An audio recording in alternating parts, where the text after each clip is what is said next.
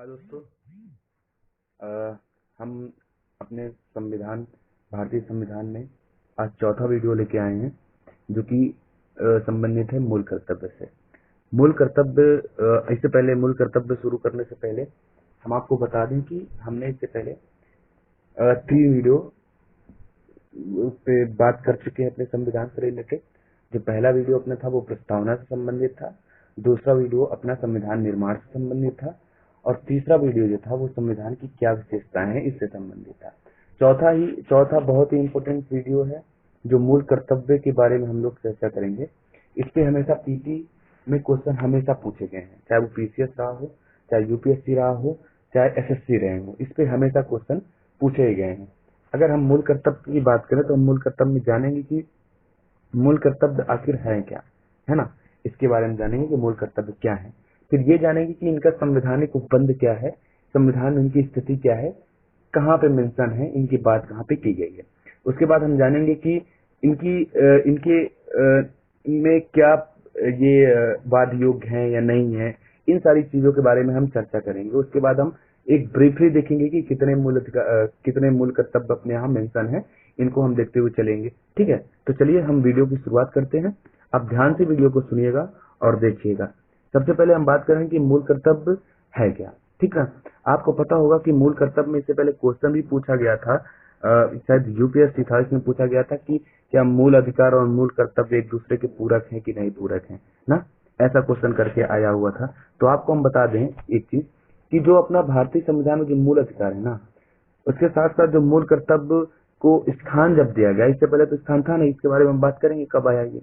ठीक, तो ये क्या होता है ना, अगर आपको अधिकार मिला है, अगर आपको मूल अधिकार मिला है, ठीक, अगर अधिकार के साथ आपको कर्तव्य नहीं दिया जाता ना, अगर अधिकार के साथ आपको कर्तव्य नहीं दिया जाता, ठीक, तो ये दोनों एक दूसरों के क्या होंगे, निरर्थक होंगे, कोई फायदा नहीं है। कहने का अर्थ सीधा सीधा यह है कि मूल अधिकार बिना या अधिकार बिना कर्तव्य विहीन होता है, ठीक, और कर्तव्य बिना अधिकार निरर्थक होता है या कर्तव्य विहीन होता है, कोई फायदा नहीं इसका। तो अगर बात करें हम, अगर जब अधिकार आपको दे दिया गया तो कर्तव्य नहीं है ना, तो क्या होगा, कोई फायदा नहीं। और अगर कर्तव्य आपको दे दिया गया, आपको अधिकार नहीं दिए गए, तो इससे क्या आगे निरंकुशता पैदा होगी ना। तो सीधी सी बात है कि ये एक दूसरे क्या होंगे, पूरक होंगे। कभी भी क्वेश्चन पूछे कि क्या अधिकार और मूल कर्तव्य, मूल अधिकार और मूल कर्तव्य एक दूसरे के किस तरह संबंधित है, तो ये एक दूसरे से पूरक है, ना कि एक दूसरे से अलग है। इस चीज को हमेशा आप ध्यान में रखिएगा।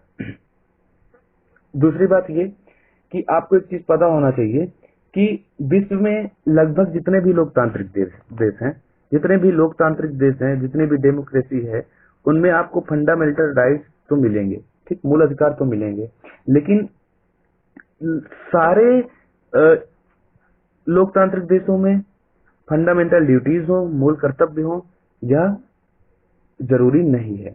ठीक, अगर आप एक तरह से उदाहरण के रूप में देखें ना, तो जैसे कि अमेरिकी संविधान, ठीक, यहाँ पे आपको फंडामेंटल राइट तो मिलेंगे लेकिन आपको फंडामेंटल ड्यूटीज नहीं मिलेंगी। लेकिन फंडामेंटल ड्यूटीज जितने भी हैं, मूल कर्तव्य जितने हैं, ये आपको लगभग साम्यवादी जितने भी देश हैं, ठीक, साम्यवादी जितने भी देश हैं आपको वहां पे मिल जाएगा ना, लगभग। जैसे कि रूस, अब रूस में फंडामेंटल ड्यूटीज आपको मिलेगी, अमेरिका में फंडामेंटल ड्यूटीज आपको नहीं मिलेगी। मूल अधिकारों के साथ साथ मूल कर्तव्य भी रूस में मेंशन है। और हमने जो मूल कर्तव्य का कॉन्सेप्ट लिया है वह रूस से ही लिया है। भारत ने कहां से लिया है, रूस से ही लिया है मूल कर्तव्य को, है ना। चलिए फिर आगे बात करते हैं कि किस तरह और कहां इसका मेंशन है, संवैधानिक उपबंध इसका क्या क्या है। तो संवैधानिक उपबंध में हम लोग जानेंगे कि इसका कहाँ पे इसका मेंशन है, कैसे ये आया, क्या ये पहले से ही मेंशन था या ये बाद में आया, इन सारी चीजों के बारे में हम चर्चा करेंगे। आपको पता है कि मूल संविधान में, ठीक, मूल संविधान में अपने फंडामेंटल ड्यूटीज या मूल कर्तव्य नहीं थे। ठीक, मूल संविधान में अपने मूल कर्तव्य नहीं थे। इन्हें हमने जोड़ा था 1975 में, जो इंदिरा गांधी की जो सरकार थी, इंदिरा गांधी की सरकार ना, जब घोषणा की गई थी आपातकाल की, आपको याद 1975 में इंदिरा गांधी की सरकार थी और तब आपातकाल लगा हुआ था, आपातकाल की घोषणा की गई थी ना। आपातकाल की जब घोषणा की गई थी, आपातकाल की घोषणा के तहत आपातकाल की घोषणा के साथ ही, आपातकाल की घोषणा में ही, सॉरी थोड़ा पेन सही से नहीं चल रहा, आपातकाल की घोषणा में जब की गई थी, तभी सरदार स्वर्ण सिंह समिति, सरदार स्वर्ण सिंह समिति, ठीक है ना, सरदार स्वर्ण सिंह समिति का गठन किया गया था। ठीक, सरदार स्वर्ण सिंह समिति का गठन किया गया था। एक्चुअली क्या है कि सरदार स्वर्ण सिंह के नेतृत्व में गठन किया गया था, इसीलिए इसे बोलते हैं सरदार स्वर्ण सिंह समिति, इसीलिए इसका नाम भी यही चीज पड़ गया। ठीक, तो इसने एक सुझाव दिया था, इसने सुझाव ये दिया कि मूल अधिकारों के साथ साथ मूल कर्तव्य भी होने चाहिए। इन्होंने एक सुझाव यह दिया। ठीक है, फिर इस समिति की अनुशंसा पर ही क्या हुआ कि 42वां संविधान संशोधन हुआ। ठीक, 42वां संविधान संशोधन हुआ और क्या किया गया कि अपने संविधान में भाग 4 का तथा अनुच्छेद 51 का को जोड़ा गया और इसमें बात यह की गई कि इसमें 10 मूल कर्तव्य होंगे। ठीक, 10 मूल कर्तव्य होंगे, इस चीज की बात की गई। आपको एक चीज पता होना चाहिए कि मूल कर्तव्य जब मूल संविधान में जब जोड़ा गया तो केवल 10 ही थे और उसके बाद 86वां संविधान संशोधन होता है जो 2002 में, उसके बाद इसमें 11वां मूल कर्तव्य जोड़ा जाता है। ठीक, 11वां मूल कर्तव्य किससे संबंधित था? 6 से 14 वर्ष की आयु के बच्चों के माता पिता या संरक्षक का यह कर्तव्य होगा कि वह स्वयं पर आश्रित बच्चों को शिक्षा प्राप्त कराने का अवसर प्रदान करेंगे। मतलब बच्चों की शिक्षा का अवसर प्रदान करने की बात की गई, यह कर्तव्य दिया गया किसको? माता पिता या संरक्षकों को। ठीक, कौन सा अनुच्छेद के तहत? 86वें कौन से संविधान संशोधन के तहत? 86वें संविधान संशोधन 2002 द्वारा 11वां मूल कर्तव्य एक अलग से मेंशन किया गया। अब एक चीज आप और जानिए। ठीक, हमने इससे पहले ये बात तो कर ही ली कि हमने मूल कर्तव्य कहाँ से लिया है। हमने मूल कर्तव्य कहाँ से लिया है? हमने मूल कर्तव्य रूस से लिया है ना, रूस से हमने लिया है मूल कर्तव्य को, अपने संविधान में इसको मेंशन किया है। चलिए आगे बात करते हैं। हम ये बात करते हैं क्या मूल कर्तव्य जो अपना है, क्या ये वाद योग्य है, प्रवर्तनीयता है इसमें या नहीं है, या मतलब इनफॉर्सिबिलिटी है इसमें या नहीं है। जैसे कि फंडामेंटल राइट में है, क्या इसी तरह फंडामेंटल ड्यूटीज में भी है या नहीं है, इसके बारे में हम बात करेंगे। सबसे पहले तो मूल कर्तव्यों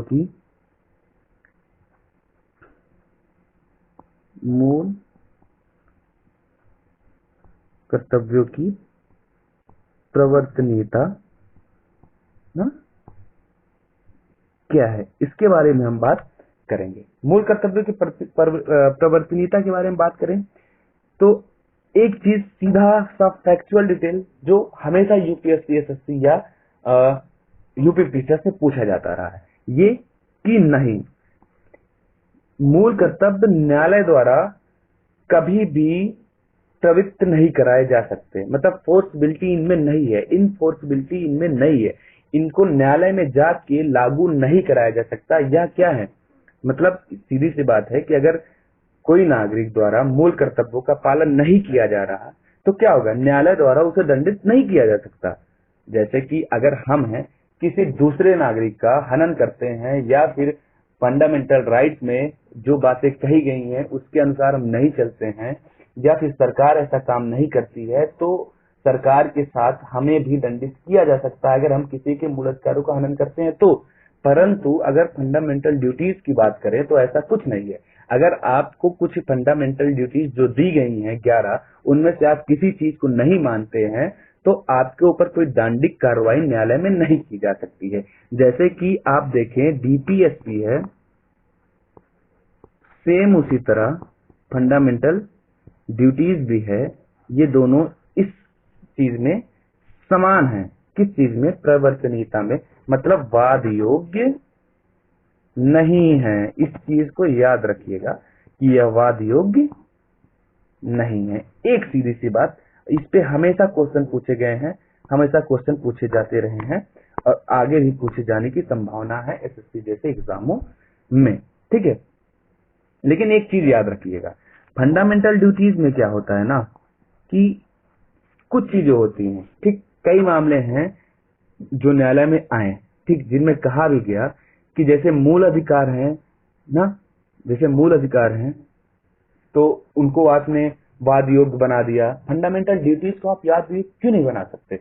इसके पीछे बहुत ही लॉजिक है, क्योंकि अगर देखिए फंडामेंटल राइट तो हमने बना दिया, लेकिन फंडामेंटल ड्यूटीज जाहिर सी बात है कहीं ना कहीं लोग शायद इसे ना माने या फिर लोगों के ऊपर ये प्रतिबंध की तरह हो जाएगा। ये एक तरह से ये नहीं होना चाहिए। देश में अगर कुछ चीजें आपको दी गई हैं ना, तो आपका कर्तव्य बनता है कि आप स्वतः ही जागरूक हो और स्वतः ही उस चीज को समझे। सारी चीजें सरकार आपसे नहीं करवा सकती, सारी चीजें न्यायालय आपको दंडित करके आपके ऊपर दबाव बना के अगर करवाने लगी तो फिर उस देश में अराजकता का माहौल होता है। ऐसा नहीं होना चाहिए, फिर वहां पे स्वतंत्रताओं का हनन शुरू हो जाता है। इससे अच्छा यही है कि मूल अधिकारों को, मूल कर्तव्यों को रखा गया लेकिन वाद योग्य नहीं रखा गया। लेकिन मूल कर्तव्यों को आप ये ना समझिए कि वाद योग्य नहीं है तो इनका कोई महत्व ही नहीं है। एक चीज याद रखिएगा कि जैसे मूल अधिकार संविधान को समझने के लिए मूलभूत है ना, इसी तरह मूल कर्तव्य भी अपने संविधान को समझने के लिए मूलभूत तत्व की तरह है। इसीलिए भारत सरकार ने क्या किया था कि वर्मा समिति गठित की थी मूल कर्तव्यों के प्रचालन से संबंधित सन 1999 में। कौन सी? वर्मा समिति। वर्मा समिति जो थी 99 में जो गठित की गई थी, किससे संबंधित थी? मूल कर्तव्यों के प्रचालन से संबंधित।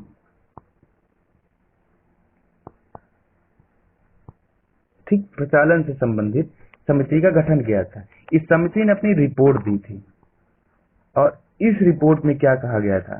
ठीक, इस रिपोर्ट में ये चीज बोला गया कि अगर जैसे कि आपको हम एक चीज, रिपोर्ट प्रस्तुत की गई थी और रिपोर्ट में क्या बोला गया था? रिपोर्ट में ये बोला गया कि देखिए, रिपोर्ट को जब प्रस्तुत किया गया तो रिपोर्ट प्रस्तुत की गई तो सर्वोच्च न्यायालय ने इस पे अपना निर्णय दिया ना। इसमें सर्वोच्च न्यायालय ने 138 निर्णयों की एक सूची बनाई। ठीक, एक सूची बनाई और सूची बना करके इन्होंने ये कहा कि पर्यावरण के संरक्षण से संबंधित, क्योंकि मुख्य जो आधार था इन 138 निर्णयों की सूची में, उसे पर्यावरण का एक मुख्य आधार बनाया फंडामेंटल ड्यूटीज से संबंधित में। इन्होंने ये कहा कि अगर पर्यावरण के संरक्षण से संबंधित जो कार्य है वो सिर्फ सरकार का कर्तव्य नहीं है कि सरकार ही कार्य करे, बल्कि इसमें प्रत्येक व्यक्ति का भी कार्य है, प्रत्येक व्यक्ति का भी वो अधिकार है कि वह अपने पर्यावरण संरक्षण से संबंधित कार्यों को पूरा करे या पर्यावरण संरक्षण से संबंधित जो नियम है या पर्यावरण संरक्षण से संबंधित जितने भी अधिकार हैं ना, उसके लिए प्रत्येक व्यक्ति भी एक तरह से जिम्मेदार है, सिर्फ सरकार जिम्मेदार नहीं है। अतः अगर पर्यावरण संरक्षण से संबंधित कोई कार्य किया जा रहा है तो उस पर व्यक्ति के अधिकारों पर कुछ दृष्टि तक या कुछ मतलब सीमा तक सीमाएं उसके अधिकारों पर लगाई जा सकती है। मतलब अगर पर्यावरण संरक्षण से संबंधित मामला है ना, अगर पर्यावरण संरक्षण से संबंधित मामला है, ठीक, तो पर्यावरण संरक्षण से संबंधित मामला है तो कुछ सीमा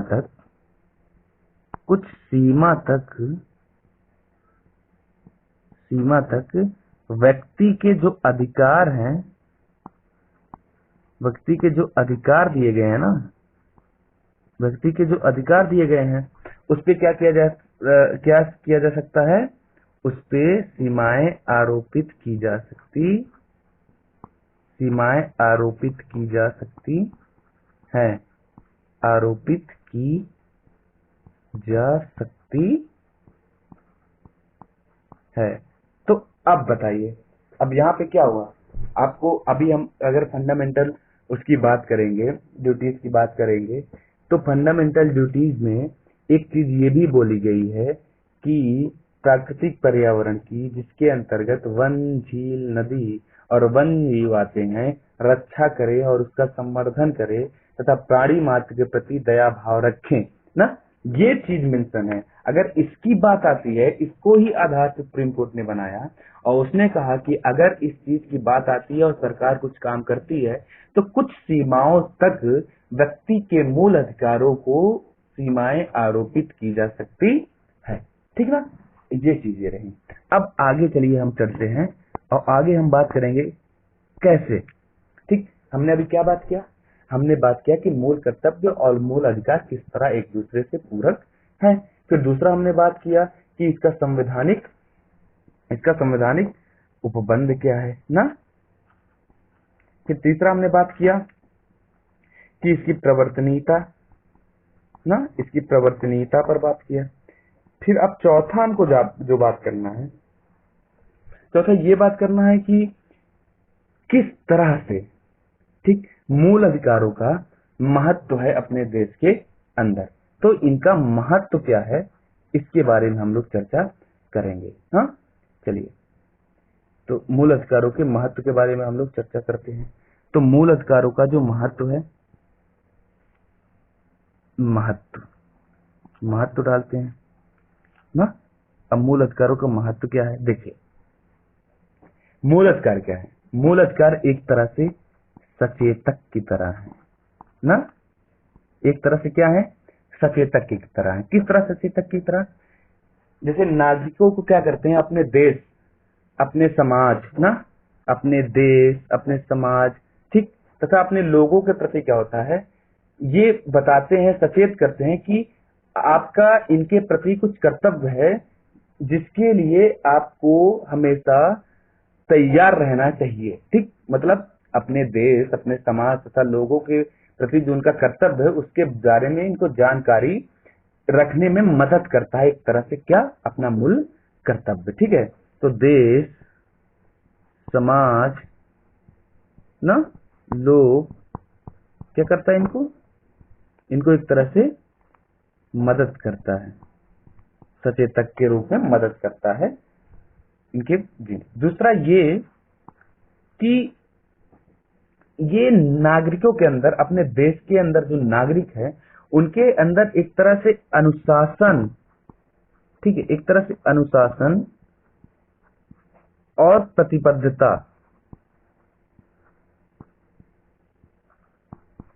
प्रतिबद्धता का भावना जो है ना उसको जागृत करते हैं अंदर। मतलब इससे क्या होगा कि राष्ट्र प्रेम जगेगा, त्याग की भावना आएगी, सेवा की भावना आएगी, बलिदान की भावना आएगी, है ना, जिससे क्या होता है कि राष्ट्र का निर्माण होता है। ये सारी चीजें राष्ट्र के निर्माण के लिए बहुत इंपॉर्टेंट है, तथा अगर ये चीजें हैं तो राष्ट्र के अंदर जो विरोधी भावनाएं हैं, समाज के अंदर जो विरोधी भावनाएं हैं, या फिर जो देश की अखंडता, एकता को दूर करना चाहते, तोड़ना चाहते हैं, वो चीजें यहाँ विकसित नहीं हो पाएंगी। अतः फंडामेंटल राइट एक तरह सचेतक की तरह कार्य करते हैं, दूसरा तरह लोगों के अंदर अनुशासन लाते हैं, प्रतिबद्धता लाते हैं कि आपका देश, समाज, राष्ट्र प्रेम, दया भाव, बलिदान, त्याग, ये सारी चीजें हैं जो आपको देश के लिए करनी है, कुछ चीजें जो आपको होनी चाहिए। तो ये दूसरा, ये इनका महत्व इसलिए फंडामेंटल राइट का, इसलिए फंडामेंटल ड्यूटीज का इसलिए भी महत्व है। तीसरी हम बात करेंगे कि अगर महत्व इनका यहाँ से समाप्त नहीं हो जाता, अगर फंडामेंटल अपना जो कर्तव्य है, मतलब फंडामेंटल जो ड्यूटीज है या मूल कर्तव्य है, अगर विधि द्वारा लागू होते हैं, ठीक याद रखिएगा, विधि द्वारा लागू होते हैं ये, अगर इनमें से किसी की भी पूर्ण न होने पर या असफल रहने पर संसद क्या करती है, उस पे उचित अर्थदंड या सजा का प्रावधान कर सकती है। ये चीज याद रखिएगा। इससे ये पता चलता है कि ये नहीं कि ये फालतू है, इससे ये पता चलता है कि इसमें भी अर्थदंड और सजा का प्रावधान है। अगर इसे पूर्ण रूप से लागू नहीं किया जा सकता, लागू नहीं किया जा रहा है, या कोई इसका विरोध कर रहा है या इसका उल्लंघन कर रहा है, तो उसको सजा का प्रावधान दिया जा सकता है या उसके ऊपर अर्थदंड लगाया जा सकता है। ये सारी चीजें कहीं ना कहीं किसी न किसी क्षेत्र से आके मेंशन हो जाती है, ठीक ना। इसी तरह फिर क्या है, जो अगर फंडामेंटल राइट है तो फंडामेंटल ड्यूटीज है, तो इससे क्या होगा, इससे अपने संविधान के जो प्रावधान है उसमें क्या होता है, संतुलन स्थापित होता है ना। इससे संतुलन स्थापित होता है कि अगर आपको अधिकार दिए गए हैं जो कि आप कानूनी रूप में उसको लेते हैं, तो आपको कुछ कर्तव्य भी है देश के लिए कि आप उसको भी करिए। सिर्फ अधिकार ले लेना ही जरूरी नहीं है, कुछ कर्तव्य भी हैं जो आपको करने चाहिए। अधिकार है तो कर्तव्य भी होगा, अतः इससे संतुलन बना रहता है ना। तो ये चीजें थी जो हमने बात की कि संविधान में कैसे मूल कर्तव्य आया और किस तरह आया। अब एक काम आपका होमवर्क की तरह होगा कि आप जितने 11 जो फंडामेंटल ड्यूटीज हैं ना, इन सबको एक बार निगाहों से अपने देख लीजिए, और जो वर्तमान में संविधान संशोधन इससे रिलेटेड हुए हैं उसके बारे में भी थोड़ा देख लीजिए कि मूल कर्तव्य या फंडामेंटल ड्यूटीज में कितने संविधान संशोधन हो चुके हैं, क्या क्या सारी चीजें मेंशन की गई। आपको पता होगा कि नवंबर 2016 में सुप्रीम कोर्ट ने एक निर्णय भी दिया था मूल कर्तव्य से रिलेटेड कि सिनेमा हॉल में फिल्म की शुरुआत पर राष्ट्रीय गान का प्रसारण और वहां उपस्थित जो लोग हैं उसके सम्मान में खड़ा होना अनिवार्य है। इसका बहुत विरोध भी हुआ, कुछ लोगों ने कहा ये हमारी मतलब निष्ठा का वो है कि हम खड़े हो या ना हो, ये सारी चीजें बात आई थी वहां पर। और उसके बाद एक दूसरा चीज सुप्रीम कोर्ट ने ये बोला कि राष्ट्रगान के समय जब पर्दे पर राष्ट्रीय ध्वज का होना बहुत जरूरी है। अगर राष्ट्रगान बज रहा है तो समय जो सिनेमा हॉल है उस पे जो पर्दा है उस पे राष्ट्रीय ध्वज अपना होना चाहिए ना। आपको पता होगा कि 24 जनवरी 1950 को राष्ट्रीय गान को अपनाया गया था, है ना। और फिर भारतीय संविधान में 42वें संविधान संशोधन के माध्यम से मूल कर्तव्य जोड़ा गया, ठीक, अनुच्छेद 51 का में ना।